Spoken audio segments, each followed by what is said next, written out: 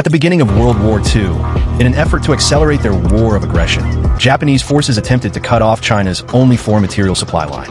In response, Generalissimo Chiang Kai-shek allocated a large budget to form an elite expeditionary force tasked with resisting the Japanese advance. The first weapon issued to these troops was the Lee-Enfield rifle. Originally the standard firearm for the British Commonwealth, it was one of the most reliable bolt-action rifles of the Second World War. It fired a 7.7mm cartridge, giving it the nickname Eagle 77 among Chinese troops.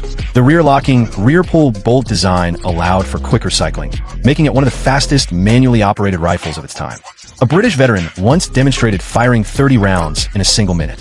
While exceptional, this highlighted the rifle's mechanical efficiency. Over 71 million were produced, making it the second most widely manufactured firearm after the AK series. Next is the American Thompson submachine gun, often called the Chicago typewriter. Developed in the early 1930s by General John T. Thompson, it was originally intended for trench warfare. The weapon fires 11.43mm pistol cartridges and was capable of using both stick and drum magazines, some versions accommodating up to 100 rounds. Its high rate of fire, approximately 880 rounds per minute, made it highly effective in close-quarters combat. However, its production cost was high. During wartime, the price of a single Thompson submachine gun could rival that of a small automobile, limiting its widespread distribution. The last featured weapon is the American Browning M2 heavy machine gun, also known as the Mod Deuce.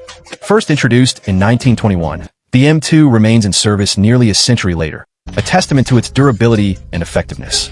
It fires 12.7mm caliber rounds, the same used in modern Barrett rifles. Utilizing a short recoil operation, the M2 was primarily used to engage light armored vehicles, aircraft, and fortifications. With a firing rate of 450 to 600 rounds per minute, its consistent performance made it a cornerstone of heavy fire support for Allied forces. It remains one of the most enduring machine guns in history.